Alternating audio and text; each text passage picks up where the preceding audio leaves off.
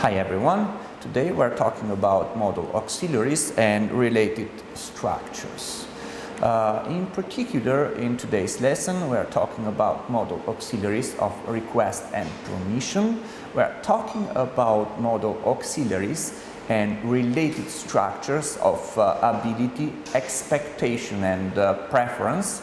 We are also talking about modal auxiliaries and related structures of advice and need, and modal auxiliaries of possibility, impossibility and probability.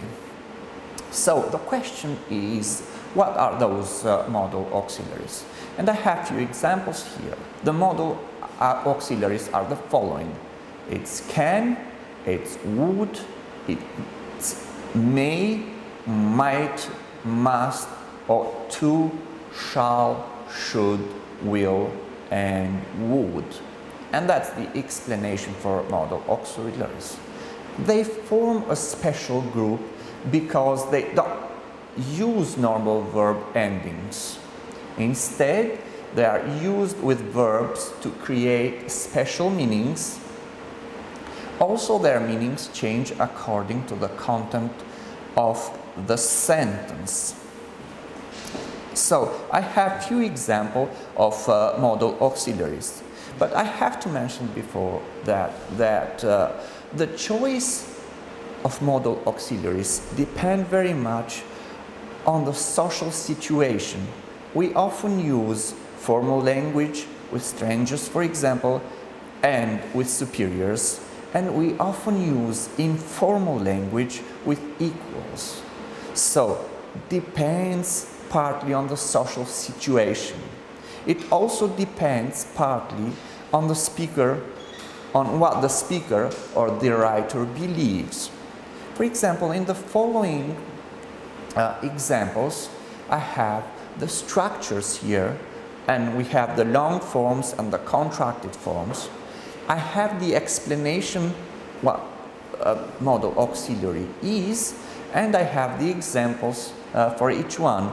We have the affirmative statements and the negative statements. We use the simple form of a main verb after a modal auxiliary.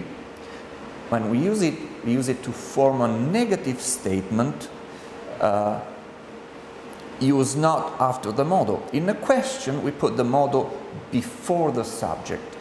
A modal may also be used alone as a short answer. For example, in affirmative statements, we have the following examples. I should open a saving account. So, should open is the auxiliary used in this affirmative statement. Another example is you can open a bank account now. So, we have can open. You can open a bank account now. And the third example that I have is, would you like anything else?